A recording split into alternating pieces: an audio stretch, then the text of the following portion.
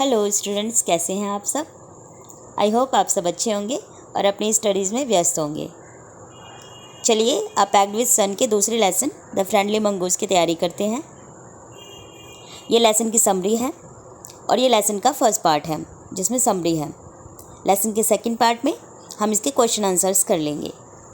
First lesson की summary मैं नहीं कर पाई थी, अगर आप लोगों को चाहिए होगा तो आप मुझे बता दीजिएगा, मैसेज कर दीजिएगा, मैं उसका भी वीडियो डाउनलोड करके आपको दे दूँगी, प्रोवाइड करवा दूँगी। तो चलिए स्टार्ट करते हैं द फ्रेंडली मंगूज़ की समरी। कैरेक्टर्स हैं इसके a father, a mother, a child, infant baby है, इन्फेंट होते हैं जो 6 महीने से कम के बच्चे होते हैं। अ पेट मंगूज़ एक पालतू मंगूज़ है और एक स्नैक है। पॉइंट्स में किया है इसे ताकि आप आसानी से समझ सकें और MCQs के आंसर्स देने में भी आपको कोई परेशानी ना हो। A farmer and his wife lived in a village with their small child. एक किसान, उसकी वाइफ एक गांव में रहते थे अपने छोटे से बच्चे के साथ। They wanted a companion for their son. वो चाहते थे एक कंपेनियन, एक साथी अपने बच्चे के लिए। So the farmer bought home a tiny mongoose. तो फार्मर ले आया एक टिनी मंगूज़, टाइनी मंगूज़, एक छोटा सा एक मंगूज़ जानवर होता है जिसे वो ले आया। Then the mongoose grew rapidly in a period of 6 month.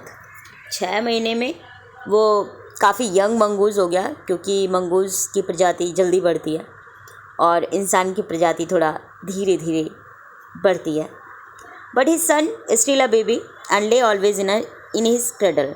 लेकिन उसका बेटा अभी भी क्या था, बेबी था और हमेशा क्रैडल होता है बच्चों, झूला जो पालना होता है छोटे बच्चों का, दैट कॉल्ड क्रैडल। और यहाँ पर ऑलवेज का मीन्स है हमेशा।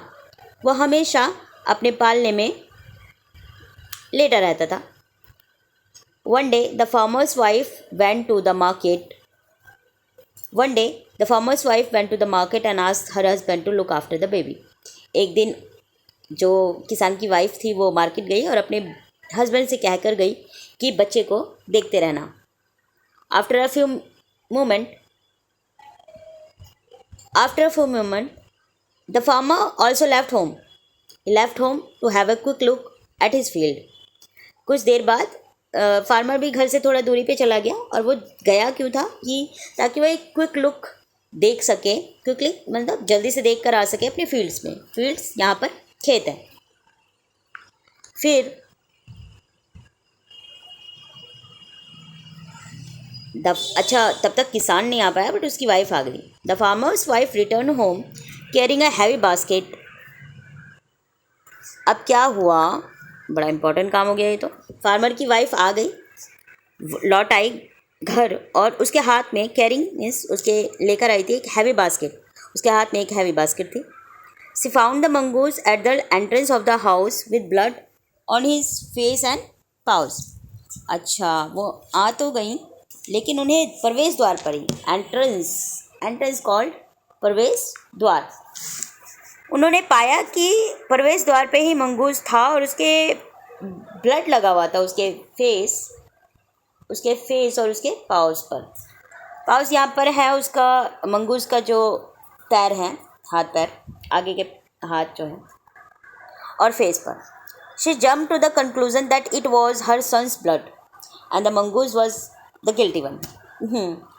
और वो जल्दी से एक कंक्लूजन पर पहुँच गई। यहाँ पर जम्प टू मतलब वो कूदी नहीं, पहुँचना। यहाँ पर जम्प का मतलब है पहुँचना। एक कंक्लूजन पर पहुँच गई। कंक्लूजन दैट मीन्स निष्कर्ष। एक निष्कर्ष पे पहुँच गई कि ये जो ब्लड है वो उनके बेटे का है। सन्स यहाँ पर एफस्ट्रॉफियस है। एफस्ट्रॉफियस का मतलब होता है का के की। सन का ब्लड है and the mongoose was the guilty one. और मंगूज़ ही अपराधी है। गिल्टी मीन्स यहाँ पर अपराधी। अच्छा जी। The farmer's wife assume that the mongoose had killed their son. अब फार्मर की वाइफ ने क्या एज्यूम किया? एज्यूम मीन्स कल्पना करना। फार्मर की वाइफ ने एज्यूम किया कि मंगूज ने ही उसके बेटे को मारा है और उसी का ये ब्लड है। Angrily she landed the heavy basket on the mongoose with full force. Angrily यहाँ पर है गुस्से से, एंग्रीली यहाँ पर है गुस्से से। एंग्रीली उन्होंने क्या किया, मंगूज के ऊपर पूरा वो जो बास्केट लेकर आई थी अपना ग्रॉसरी का, पूरा हैवी बास्केट था, उन्होंने उसके ऊपर दे मारा, फेंक दिया उसे उसके ऊपर। अच्छा, फिर उसके बाद क्या हुआ? As she walked indoors, she found a dead snake near his son's cradle. जैसे ही वो अंदर गई, जब वो अंदर गई तो उन्होंने पाया एक डेड स्नैक, एक मरा हुआ सांप, in his cradle, in his son's cradle, किसके पास? अपने सन के क्रैडल यानी पालने के पास पाया। The baby was safe and live fast asleep in his cradle. अब देखिए विडम्बना, देखिए कि बच्चा बिल्कुल सुरक्षित है और गहरी नींद में है, अपने पालने में गहरी नींद में है। अब तो भैया she realised her mistake but the poor animal already dead by then. अब उन्हें अपनी गलती का रियलाइज मीन्स एहसास होना, अब उन्हें अपनी गलती का एहसास हुआ, मिस्टेक का एहसास हुआ, लेकिन तब तक जो बेचारा गरीब जानवर था, यहाँ पुअर मीन्स बेचारा जानवर जो था वो ऑलरेडी मर चुका था बाय देन, तब तक।